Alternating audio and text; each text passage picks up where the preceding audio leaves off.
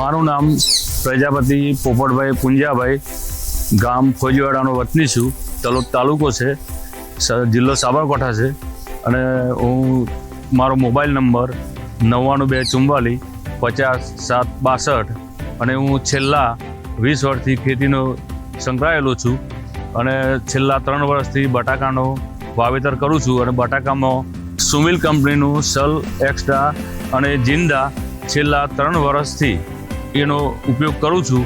અને એમાં મને સારું પરિણામ મળેલું છે. બટાકાનું વાવેતર કરેલું એમાં મને 600 મણનો પ્લસ ઉતારો મળેલો. મગફળીનું વાવેતર કરું એમાં બી હું એનો ઉપયોગ કરું છું.